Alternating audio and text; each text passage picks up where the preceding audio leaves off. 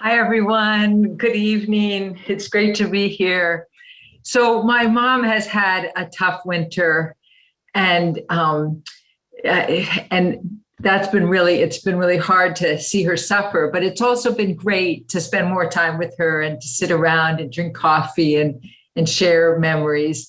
So this story comes from those conversations, and I hope that she's okay with it.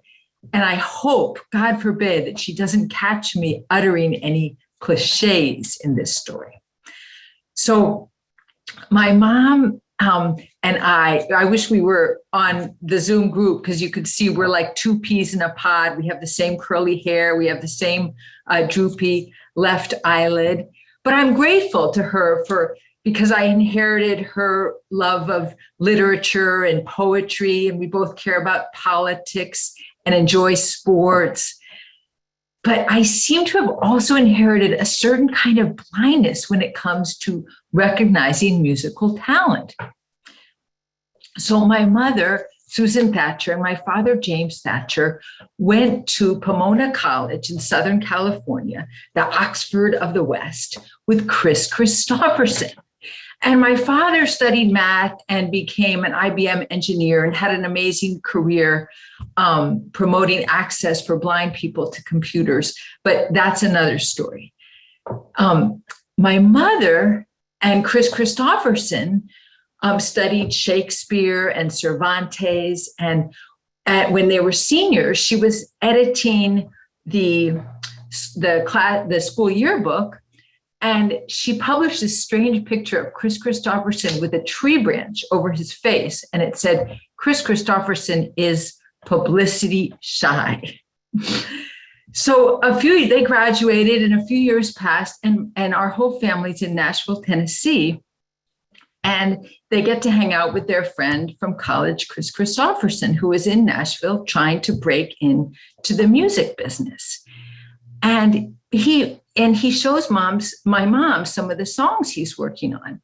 And she's not, she has high standards after studying Shakespeare and Cervantes, and she's not impressed. She sees this one line, what was it? Tomorrow's dead and gone, yesterday is dead and gone, and tomorrow's out of sight. And she thinks to herself, what a cliche. And but she wants to be nice to her friend Chris, but she wonders if maybe he should give up this music industry dream and maybe get a real job. Well, as you might know, unless you've lived under a rock for your whole life, Help Me Make It Through the Night was released by Chris Christopherson in 1970 and was also recorded by almost everyone. If Wikipedia is to be believed, it is one of the most successful country songs that was ever written. But my mother would probably stick to her guns and say that was a cliche. That particular line was a cliche. So fast forward a few decades, and I am working for a children's book publisher. And they are very pleased with my book about Shakira, which I had a wonderful time writing. And they asked me if I would be interested in writing another book on this, to me, unknown singer whose name they told me was Lady Gaga. And I had never heard of this person, Lady Gaga, but I wanted to be serious and to consider their request. And so I listened to some recordings and I watched some videos. And unlike my mother, I was not polite or respectful in my email. When I rejected the book deal, I wrote an email and I said, I am sure that this person is a talentless flash in the pan.